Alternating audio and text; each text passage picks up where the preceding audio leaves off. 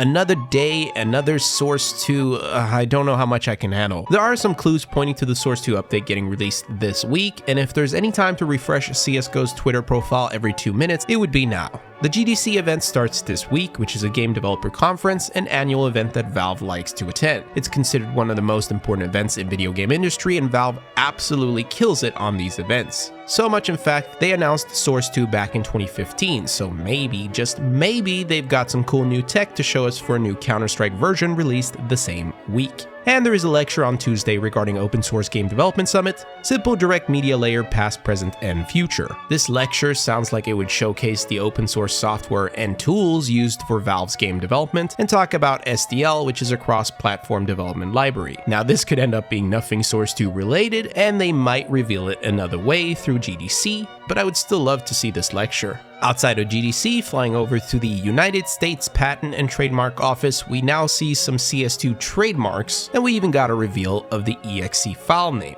Everything is pointing to Richard once again being spot on, which is a topic of itself. Like, are people forgetting about his article? There's been so much skepticism and disbelief in the name Counter-Strike 2. Yes, after the article was released. Some even claimed that Richard got it wrong. And look how things are unfolding now. With Richard's perfect track record, I think we ought to trust him with the information he's given us. And for that reason alone, let's just do a quick recap of the article that blew up the internet. He pointed out that his sources claim the release date for the beta is in this month of March, with April 1st as the outside. We can safely assume by that an update will arrive anytime soon.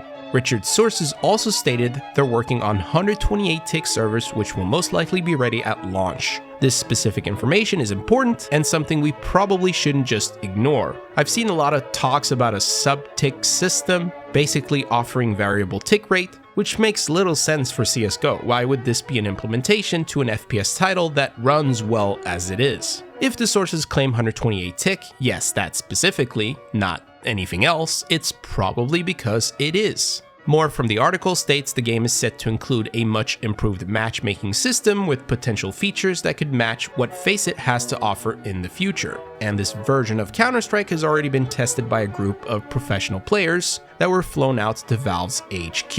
I'm looking at you, Get Right. All this information is in this article by a man who would never risk damaging his reputation, so it's safe to assume that this stuff is valid. Now, in terms of a technical recap for all the leaks so far, CSGO's received 10 new depots, which we can assume is Source 2 by matching the overall structure and finding similarities with Dota 2 Reborn, and then SteamDB has been spitting out updates and pre-release branch changes that literally no one understands, but it's a good sign, and it's been even going on during the weekend. This translates to Valve being really keen on pushing this version of the game out to reach some kind of deadline. And let's not forget, yes, CSGO's banner has changed. Again, people, including me, speculated it could be a countdown, but that seems to be wrong. Some people also speculated that it represents the different versions of the game, starting with Counter-Strike 1.6, then Condition Zero, then Counter-Strike Source, then Global Offensive, and now the 5th installment, which could be CS2. What if,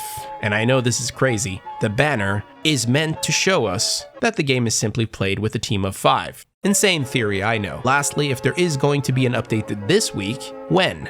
We've already seen developers working during the weekend, so apparently that's not stopping them. And if this is a beta, it's not like they need to take care of it right away, so they could end up releasing it on a Friday. But if I had to bet, I would lean towards Tuesday, Wednesday, or Thursday this week. Peace.